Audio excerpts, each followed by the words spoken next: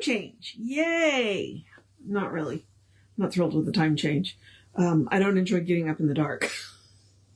So here we are. But I did the smart thing, and at 8:30 last night, we changed the 2 analog clocks, which are digital actually, but not connected to the internet. We bumped them up an hour, and then so I started kind of the process early. I went to bed early, and it helped a whole lot. Doesn't mean I probably won't crash this afternoon, but here we are. So hopefully, if you're seeing this, it's 9 o'clock, not 8 o'clock. But is it spring forward or you'll be late to church? Yep, that's where we are. Okay, so we're doing the Voice Celestial, so let's rip through the housekeeping really quick. The housekeeping is me reminding you we are Creative Life Spiritual Center. The website is creativelife.org. The constant contact email is info@creativelife.org. If you will email that, you get 1 email a week, tells you what's going on for the week and the month, and lets you know, unless something unusual happens, it's only 1 email a week. And the hot links are hot.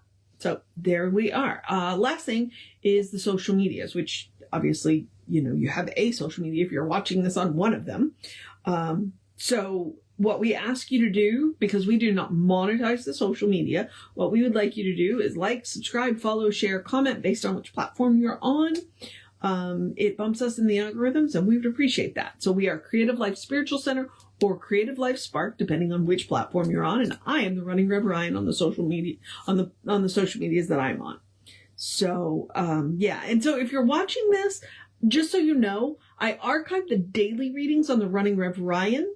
I am archiving full chapters on the Creative Life page, and the Running Rev Ryan. But, that is typically happening on Saturdays. I do have a full-time mortgage paying job. So, and sometimes at night, I'm too tired to deal with this. So just so you know, I update them, on Saturday and Sunday. So there, if you're missing something, that's where you can go to watch them, to catch up. All right. That's it. So apparently the chapter, we're in chapter 7. We're on, reality and illusion. And with chapter 7, it was a bit longer. So apparently they broke it up in part 1 and part 2, which I noticed, but didn't notice. So, yeah. So I'll probably break them up into 2 parts instead of doing the entire chapter in one long. I'll do part 1 and part 2. When I put the chapters up. And, yeah, so we're going to do we're starting on part 2 of chapter 7, reality and illusion. And as of yet, we still have the 3 voices, the presence, which is that still small voice that we're always listening for. Well, hopefully we're listening for, the scribe, what they sound like they are describing the situation, and the farer, which is me and you going through the journey. All right. So we are chapter 7, reality and illusion, part 2, and we are going to pick up with the farer. To minds like mine, you speak in riddles. Your speech does not accord with what is taught by Master Sacrosanct, the presence.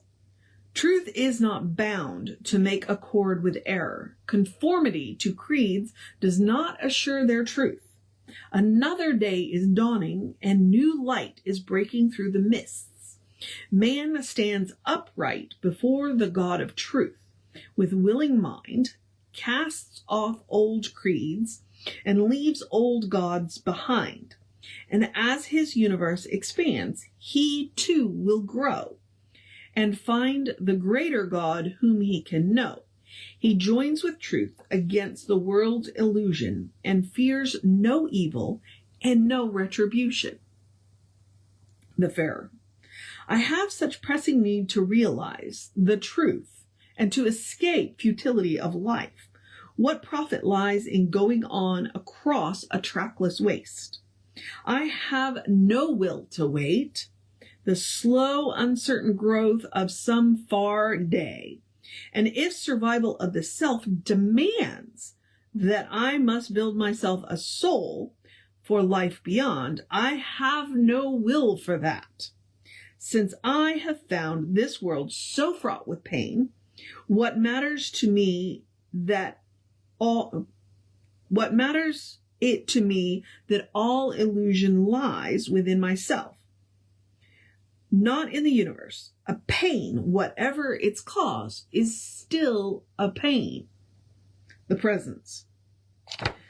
If you equal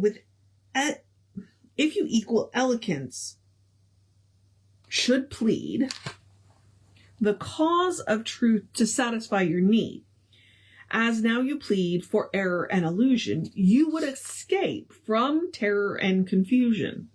Truth does not yield itself to prejudice, nor is it bound by unbelief like this.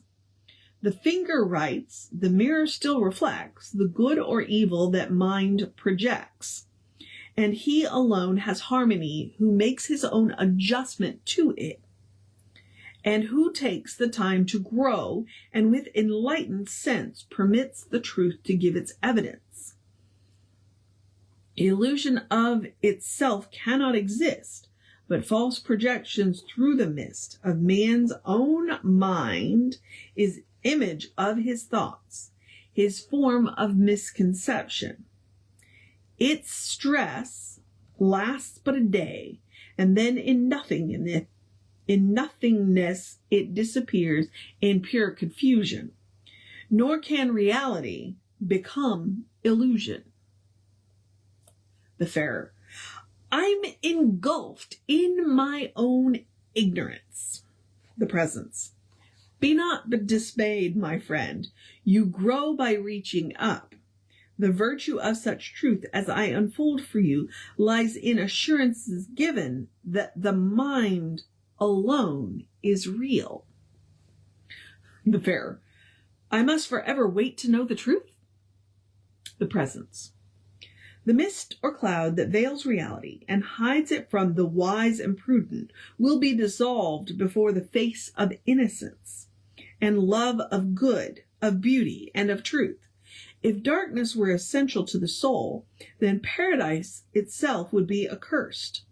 The mind attuned to cosmic harmony becomes a mirror or a quiet pool, which reflects the prototypes above. Thought forms to be impressed upon the mind spontaneously. The Farer.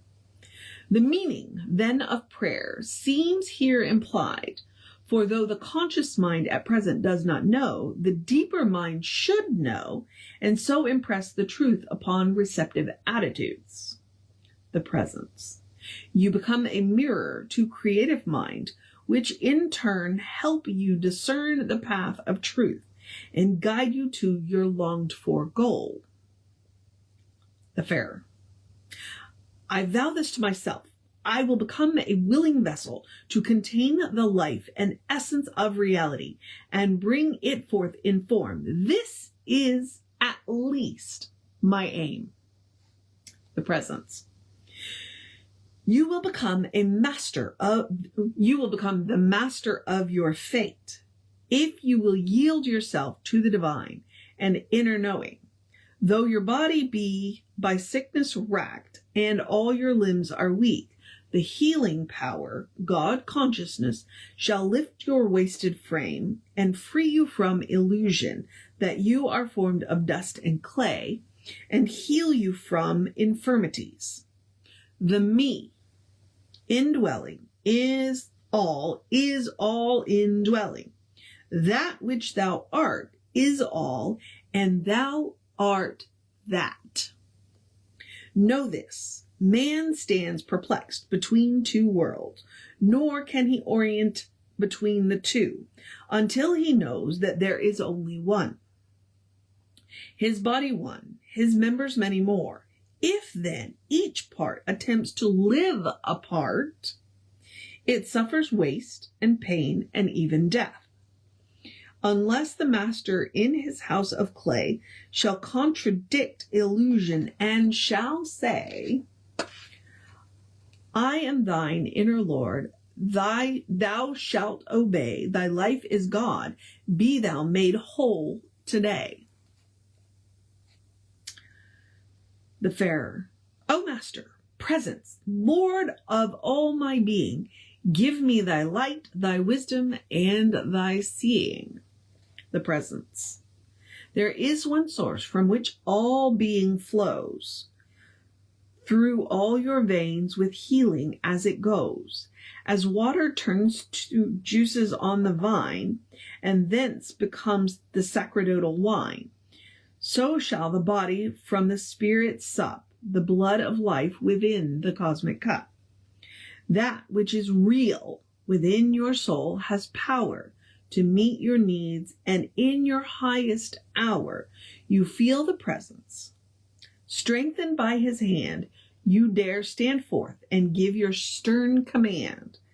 For every need, the doors are opened wide, and good pours forth in ever-swelling tide.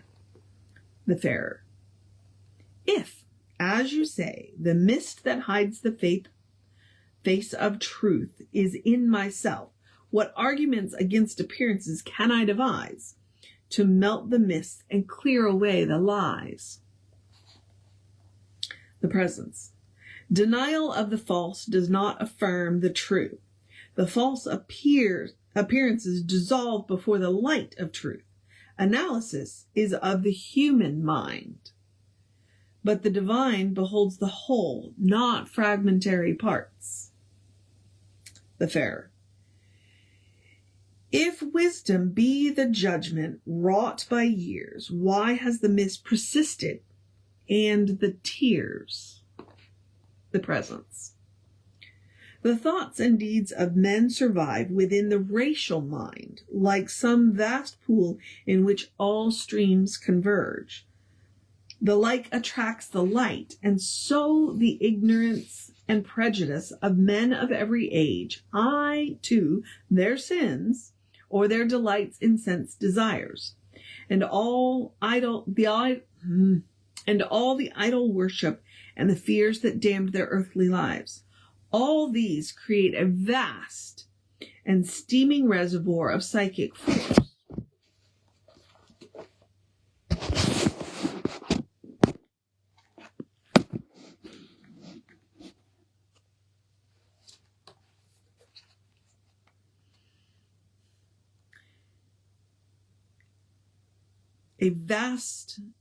All these create a vast and steaming reservoir of psychic force, in which the unenlightened mind may dip, till it believes the evil and the good alike are real.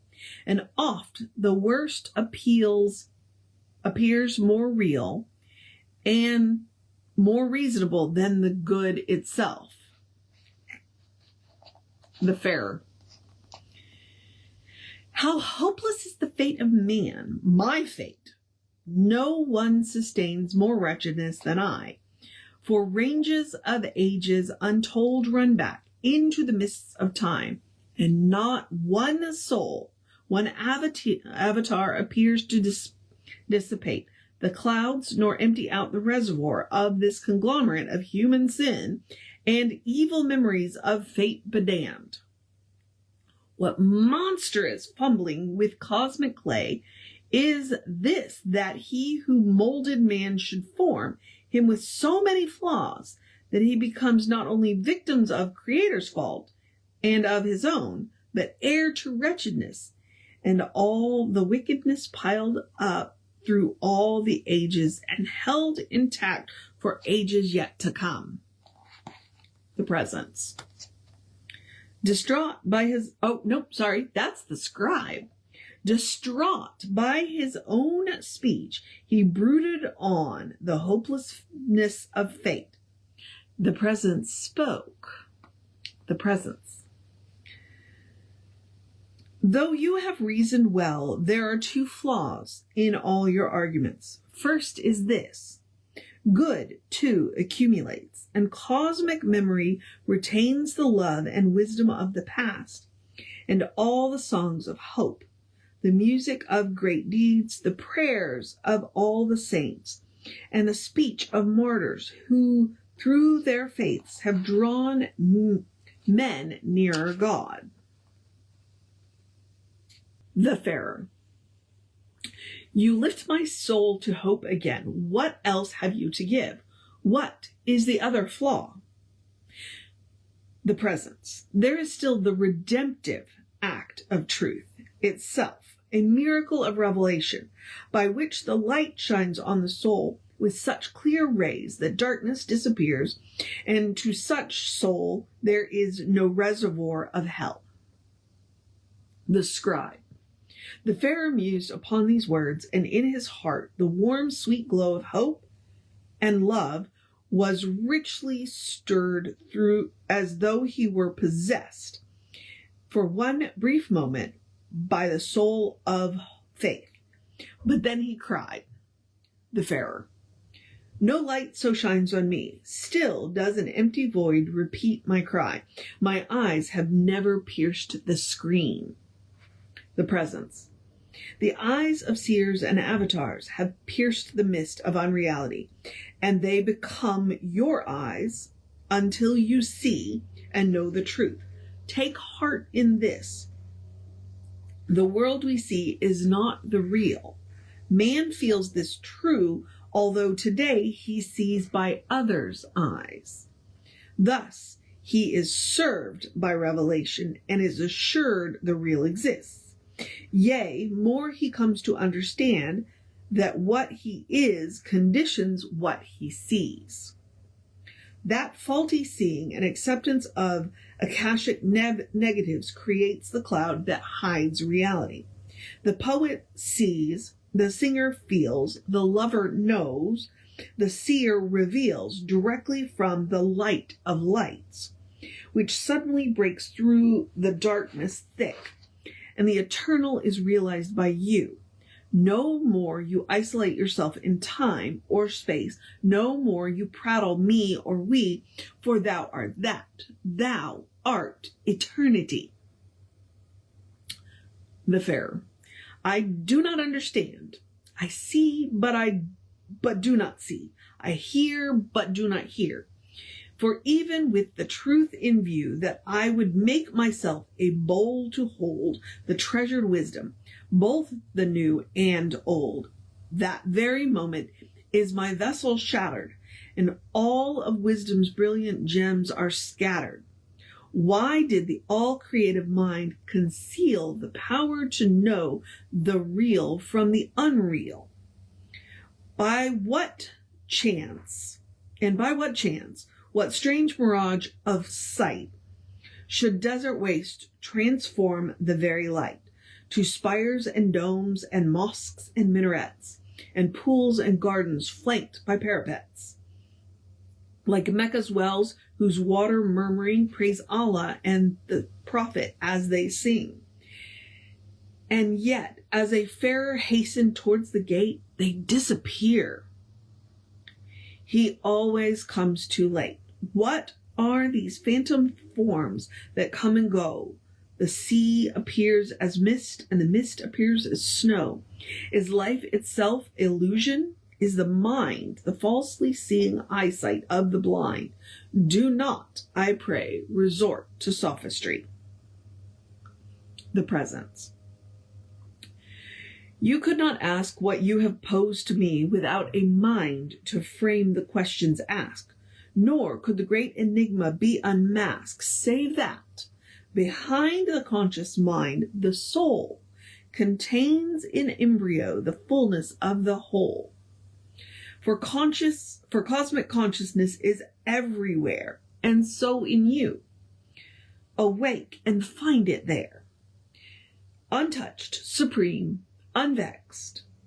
The great alone, beyond the reach of doubts, sits on his throne, awaiting man's awakening from sleep, and gently rocks the cradle of the deep. There is beyond the range of human thought a benediction for the soul upcaught by love divine that man cannot destroy, destined to life and to eternal joy. The sons of earth shall find at last the goal, and enter peace in oneness with the whole. The Pharaoh. A dream most beautiful, but still a dream. of some dim goal, part of a cosmic scheme.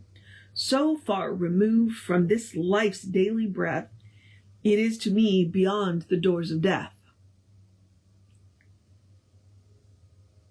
The presence. Eternity is now. It is the habitat of him who replies, "Thou art that." The past is shadow cast across the way that leads through now to the eternal day. A lengthened shadow stretched around the spheres, which will fulfill by sequency of years the pattern of creation's need for action, an outlet to provide the satisfaction of livingness, to thought with act relate, and so to be is to create. All else of life itself would be ungrowing, all unfilled, unknown, and all unknowing. The scribe. Caught in a sea of dark bewilderment, the tempest tossed by raging waves of doubt, the Pharaoh lost his bearings so that he could neither make his headway nor retreat, lest some terrific force of nature should submerge him in a sea of nothingness. The presence brushed aside his sympathy and opened up the treasures of his thought. The presence. Invisible behind its cloak of clay, eternally alert, but silently, the power that guards man's evolution waits. Unmoved and motionless within its depths as waters of the sea, but it is still the substance of the waves, the tides, the ebb and flow of finite forms of life. Within all things, and yet containing all within, it permeates the whole, and frictionless within itself, it offers violence to none. Though like a rock-girt shore appears to cast a raging wave back to the angry sea, yet moveth not, for motion is in truth but concept of the finite mind. Without a form, it giveth form to all. Devoid of time, it is the source of time. Its center everywhere is found, and yet it is without circumference. Individual, but universal. Universal, but individual. It present in its totality at every point with its infinity. Within the atom hid, but not confined. Behind the atom is a form too small to bear a name. It still exists. Remains the perfect and undivided whole. And he who would infinity conceive needs first to know its infinitesimals.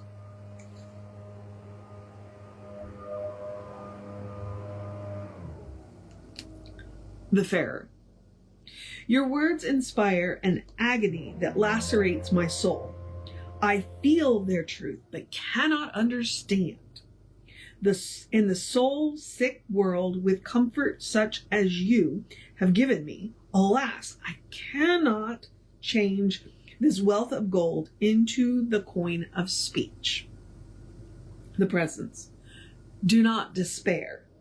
The journey of the soul is flight of the alone to the alone, and each absorbs into himself such truth and such alone as he is ready to receive, no more, no less. Your words are jewels to the hungry mind, but chaff and dust when cast before the blind. Truth is abstract, and man cannot receive, save in a mind conditioned to believe. It comes by revelation from the few, or wakes within as it awoke in you. Yet I would make your measure overflow with wealth of truth beyond your power to know. The fullness of it now you will expand and grow the power at last to understand. The Wayfarer. I welcome every challenge, for I fain would go beyond the boundaries of brain into the realm where truth outreaching ken is verified by mighty minds of men. The presence. The world we say we see is known by means of our sensations of it, something that has happened in ourselves. We do not see a star, but only light from which we may infer a star. Sensations might give rise to true or faulty inferences. The real or the illusion rests upon the power to know, interpret, and to classify the so-called facts which incubate in sense. By logic, we can verify that time and space are properties of sensuous receptivity, graphs by means of which we picture an external world. To this extent, the world appears to each in shapes and shades conditioned by his consciousness, which one acclaims the perfume of a rose, another claims that poison from it blows. What is for one a visitant of light is for the next a ghost that haunts by night. The world that seems so foul or exquisite becomes to you what you become to it. The Farer. If this be true, each man would find that he lives in a world of subjectivity, that he lives alone. Dread to relate would be the tragedy of such a fate. The Presence. More tragic he who has presumed to find some power beyond the magic of his mind. Be not distraught, thine errant soul is anchored in the cosmic whole.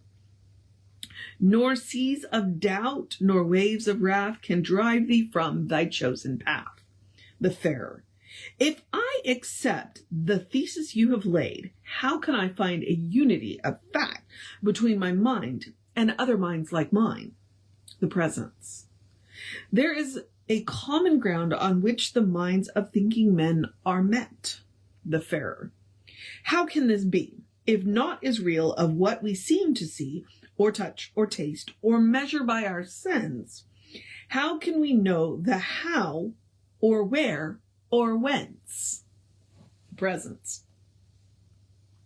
The measure of all knowing lies within the consciousness, and we can well assume that each responds in equal terms to each, to equal stimuli. Space is inferred by naturalist and by idealist alike. The one by direct knowing, while the other cultivates the consciousness of space by his reflections based upon the evidence of what he deems his sense experience. Space is the form which man conceives to understand his universe. He thinks in terms of form and so invents what he calls matter, conceiving it as real. The Farer. He limits the universal. He limits the universal. He limits the universal that he may thus conceive and comprehend its universality. The Presence. He uses 3 dimensions to reach the 4th, and from this peak he leaps with his new wings out on infinity. Thus he arrives at last to concepts of existence beyond the range of things, and so at length acquires abstractions of the intellect. The Scribe, such as... I love the scribes entered the conversation going, what? The Presence. Ideas, or that which must exist apart from form. Let us take everything, or let us take anything, a book, perhaps, and analyze it as a whole. We first may measure it in terms of thickness, length, breadth, then open it to find a 4th dimension printed there upon the sheet. The meaning makes a 5th, while sentiment awakens a 6th, and so the soul may penetrate still other fields of consciousness. The Farer. How is the limit reached? The Presence. Dimensions fail to measure out the bliss of cosmic consciousness. It is to this that all the hopes and dreams of men aspire, a flying goal which draws us even higher. And as we pass the posts that mark the way, we sense in each succeeding circumstance the joy of pursuit, the sweet romance of union with the whole, and hourly prove love is emotion, emotion that is love. Love is the mystic cord that binds the soul. Linga Shira, forever with the whole. The Farer. Some scientific minds I know have claimed discovery of the last and final key to unlock nature and the mystery of life itself within magnetic fields. The Presence. Let them reflect that they have found, but this, a principle of unity, abstraction of the mind, and have dissolved their world to energy composed of units which are metaphysical. So give them thanks. The Farer. I would most readily give thanks were I to understand the meaning of it all, yet I, in faith, do share your larger sight. The Presence. Matter absolute does not exist by and of itself in any state in which it can be known in independence of the substance of a given thing in which it doth appear. It is as abstract as conception of the principle of truth or metaphysical hypothesis of good and evil, sin or punishment. The hypothetical particle or stuff of which all matter is composed is an electric charge of energy. But charge in what? In nothing or a vacuum? Be not deceived by those who claim that you are a victim of some hoax of mysticism. They are more mystical than you when they make claim that from insensate nothing, blades of corn boil up mechanically, take form, and string their beads of pearl beneath the husk. Less mystical was he, the master, who made use of corn to symbolize the life that rises from the grave. Resurgence or resurrection demonstrates that life is cause, and it can build and then rebuild the mansions of the soul. False seeing breeds false knowing. It misleads and feeds upon the litter that it breeds. Only by revelation can we know the real from which the revelation flow.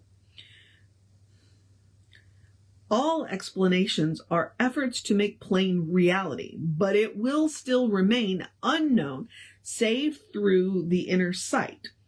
And intuition is the final light. Yet you to reach this end need not deny the intellect. For you must still apply the checks and balances of conscious mind to clarify the findings and inspect the data of your consciousness to show the meaning of your vision and to know the occult from the pseudo-psychic flow. The Farer. I do agree. I would not change one world of unreality for still another. How can I know when I have reached the true conclusion? The Presence. You must attempt to unify your total consciousness so that no line is drawn between the reason and the inner sight. The body, mind, and spirit are agreed. Then you will know and know you know. The Farer. How can I best attain this higher consciousness? The Presence. Identify with being must be found by him who seeks the higher and the high and holy ground of untaught wisdom. His a triple goal who would essay to unify the whole. Let him deny the lure of base desire and seek the good, then let his mind acquire the sense of beauty till it fills his veins, and in his heart no ugliness remains. Let love be sought in an ascending scale. Then truth stands forth and gladly will unveil. When you have reached a sense of righteousness in your inner self, so pure and crystalline that you will feel a oneness with the universe, you will escape from error and immerse yourself in cosmic consciousness, and so you will find peace because you know you know.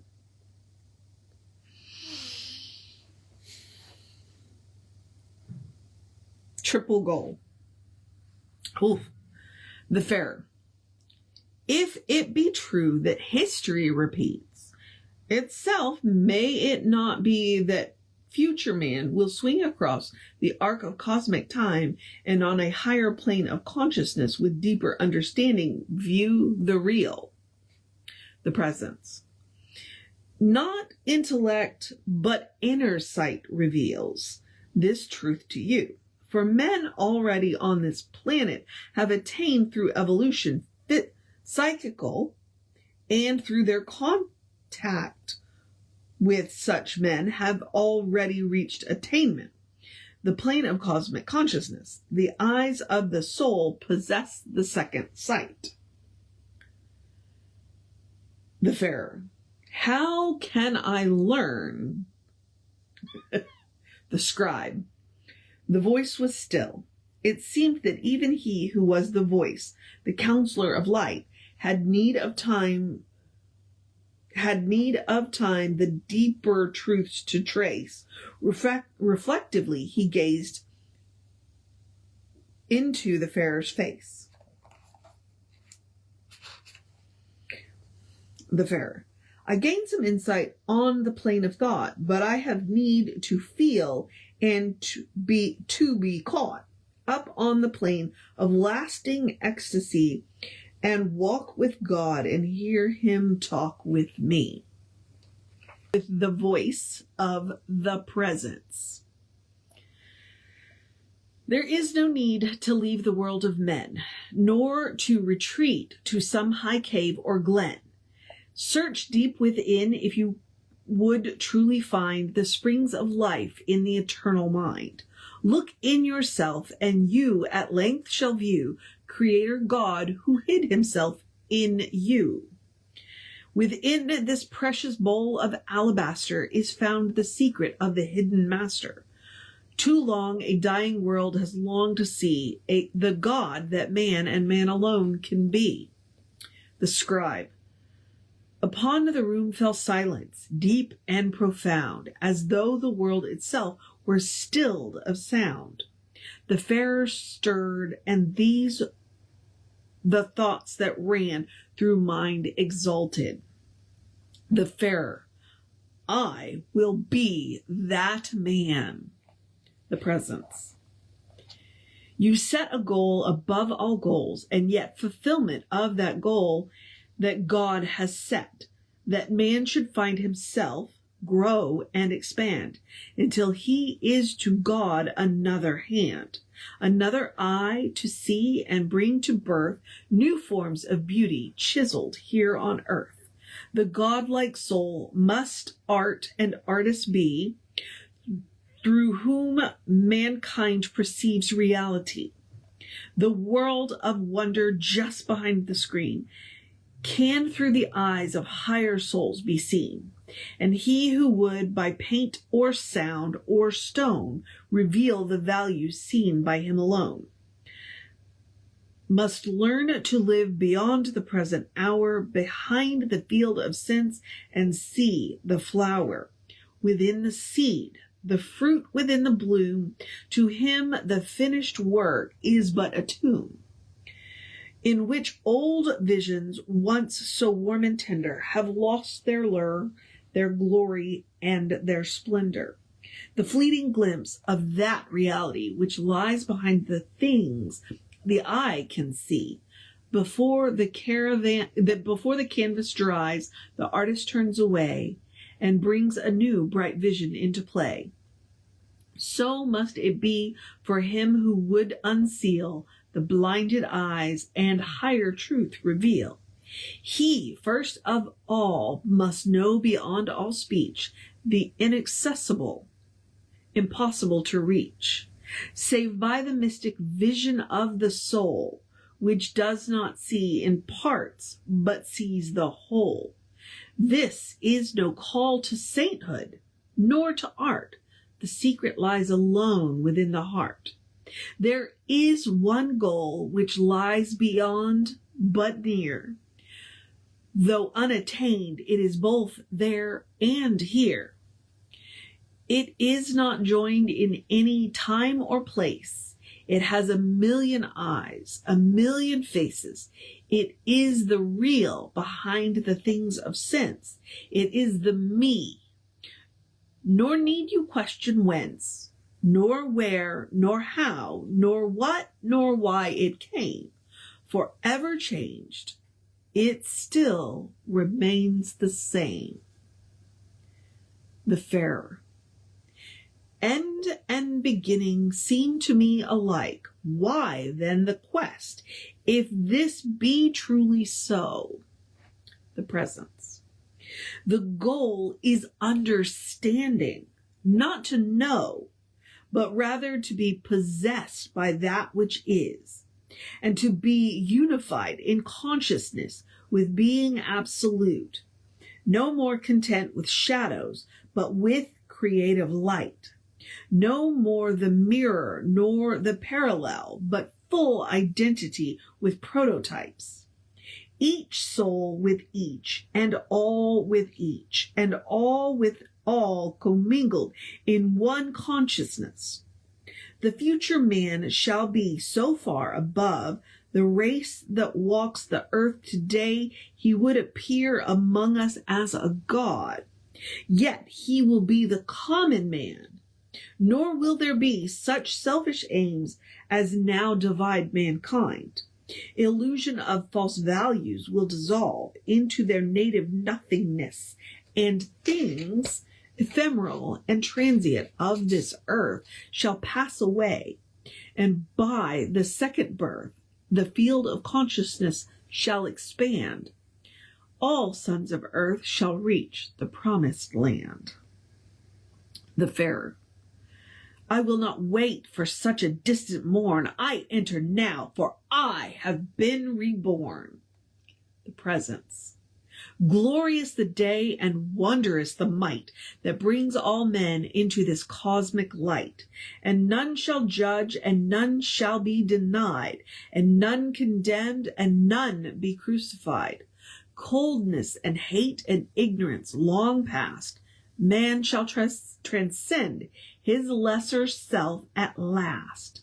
The Buddhist light of calm, untroubled love shall blend with Atman and the Christ to prove that Eden was no fantasy of old. The tree of life shall bear its fruit of gold. Among its leaves the hawk and sparrow nest, and none bear need, and none shall be distressed. The Farer. What then of life's pursuit can man survive or even realize he is alive, save that he struggle and meet the issue of uncertainty of life and death and love?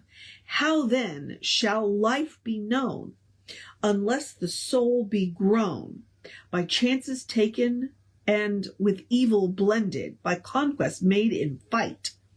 In name of God and right, will not the joy of victory be ended? The Presence.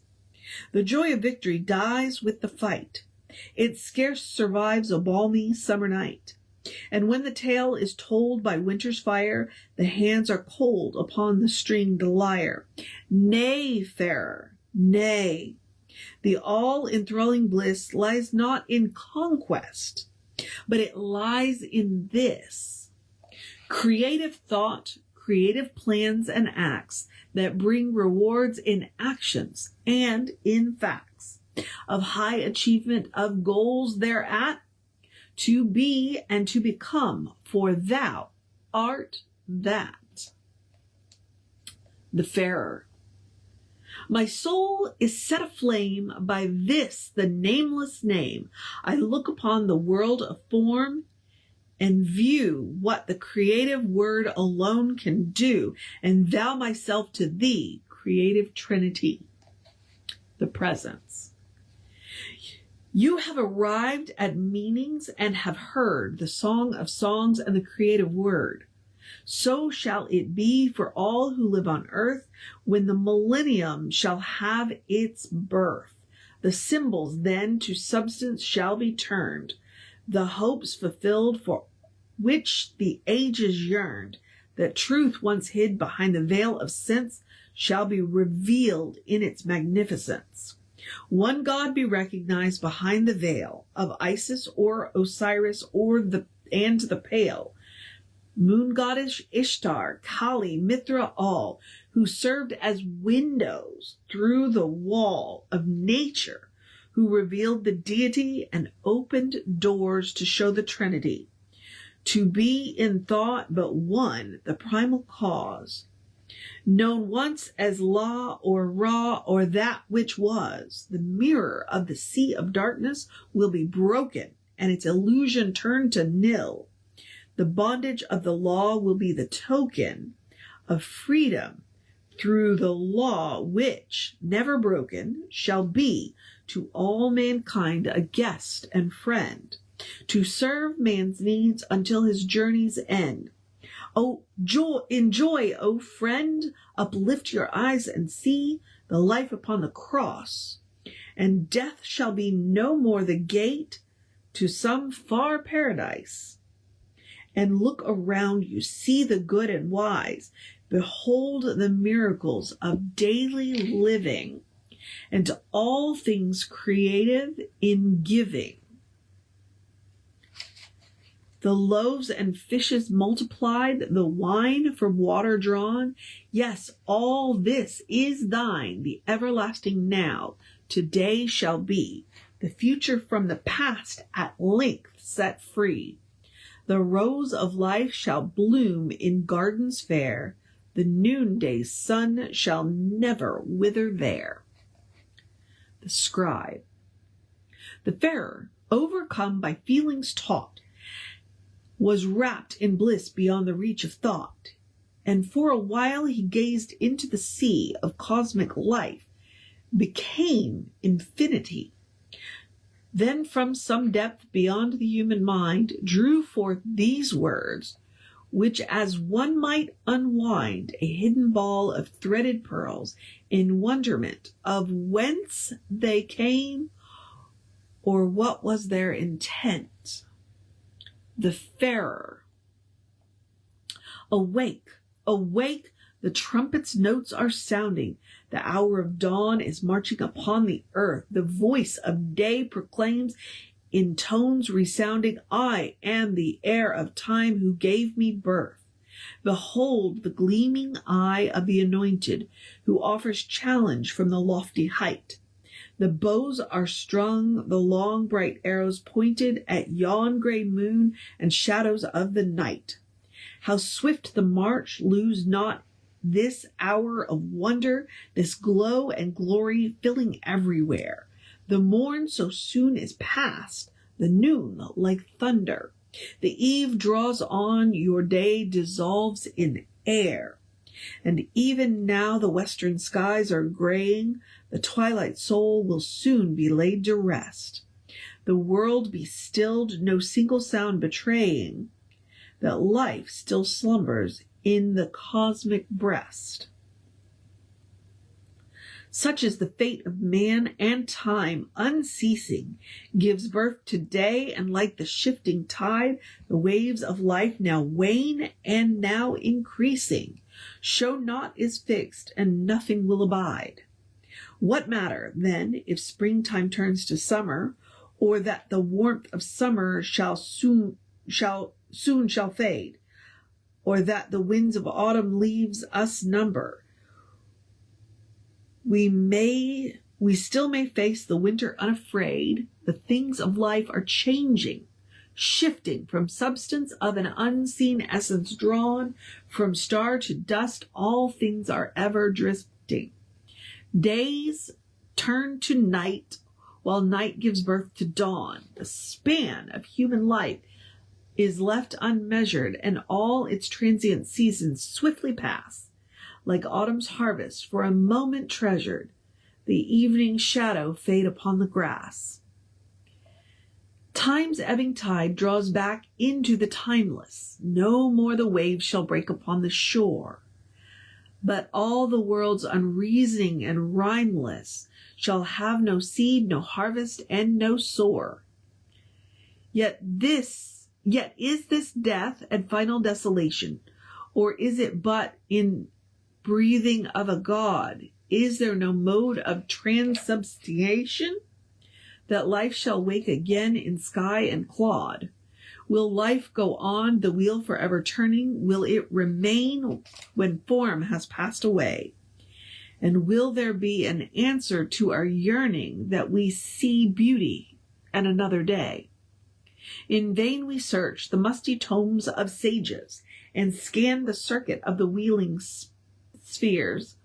We listen to the echoes of the ages and hear the empty moaning of the years. No flesh, nor blood, nor sense can reveal it. The answer to what and when and how can that within us yet unseal it. What is has been, and what has been is now. 'Tis man alone gives nature all her beauty. Outside of him there is no light of truth. Apart from him there is no sense of duty. While age is but the ripened fruit of youth, these are persistent things beyond all dying. The overtones that never know decay, the voice within that evermore is crying, life will endure and never pass away. The mind that seeks the higher revelation can come at last into the realm of cause, a clear design that running through creation proclaim a law above all lesser laws. This is the law. One cause goes on forever. This is the way by which man can foretell. For form must follow thought, nor can we sever the pattern from its earthly parallel. Let it be known that flesh and bone and sinew are but the leaves we fashion in a wreath. They are but chaff, and when at length we winnow, we find the seed embedded in the sheath.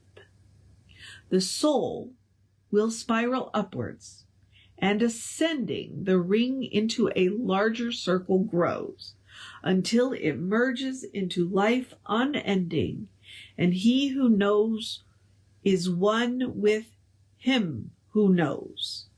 This is the ripened fruit of incarnation, the flowering of the less into the greater, the journey's end and final consummation, the soul in conscious union with Creator.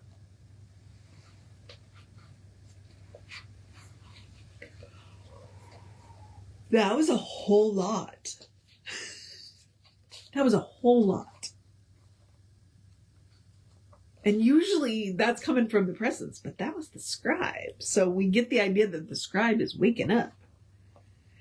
So we will pick up tomorrow with chapter 8, Illumination and Intuition. Yeah. So I'm going to leave you to think about that. Yeah. I'm going to leave you to think about that. Because, like I said, that was a whole lot. Creative thought, creative plans and acts that bring rewards in action and in facts, of high achievement, of goals thereat, to be, to become, for thou art that. All right, beloveds, that was chapter 7, Reality and Illusion. I am now going to encourage you, well, to have a great night.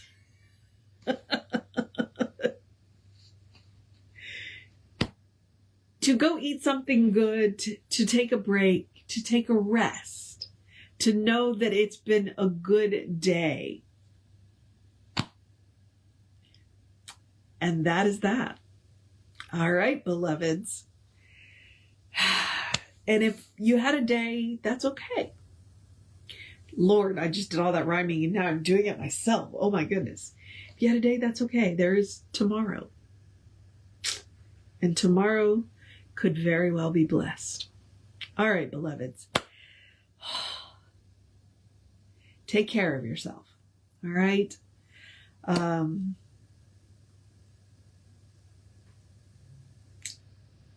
I don't even know what to say. So I'm just going to remind you that you are a brilliant light, a divine spark, spirit in motion, God in action. Did I say brilliant light? A divine divine spark, a divine splinter.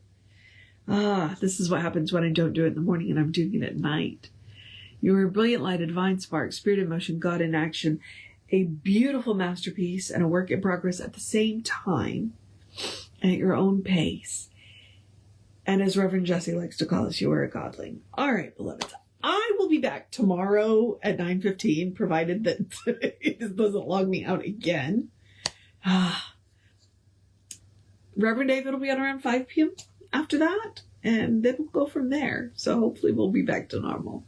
All right, beloveds, take care of yourself. Know that you are loved. I will see you next time.